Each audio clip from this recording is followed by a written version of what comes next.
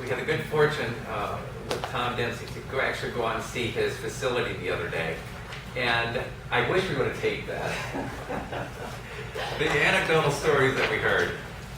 And he's just going to share, like John did this morning, from the heart. And did you find that meaningful when you get these from the heart stories? Yeah.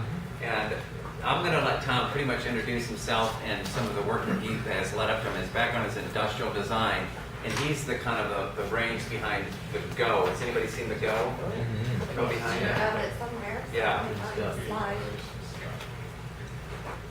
So without further ado, we give you Tom Dempsey. Wonderful, thank you. Yeah.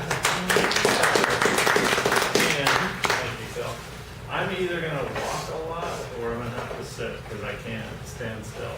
So if you want me to, so I'm going to roll around and move a lot. And I know many of you already, so it's nice to see you again on this beautiful Saturday. For me, I open all these windows, but I understand the reality.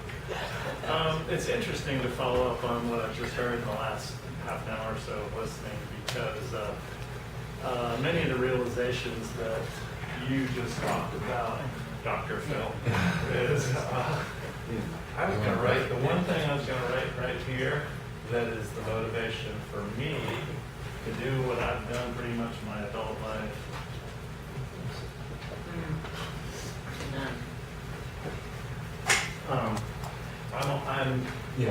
I'm all about freedom, and I always have been ever since I was a kid. And I think whether it's, I consider myself an introductory. I'd say I'm the luckiest guy in the world. That's how I feel every day. And it's not that every day is easy and it all just fell into my lap. It's quite the contrary, but that's the approach that years ago I kind of had to manufacture on my own. And what I realized after about 15 years of trying to manufacture that, it took hold, and now it's natural. Now I don't have to work at it so much, and every day I really do truly feel that way without working at it. And part of it comes from I'm really just a big kid, and I always like to play, and I don't play well in corporate America. They don't really understand me. So I had the really good fortune of being among some world-class innovators a few weeks ago, and the common thread that they all said, I mean, these are like, Fortune 10 companies type thing.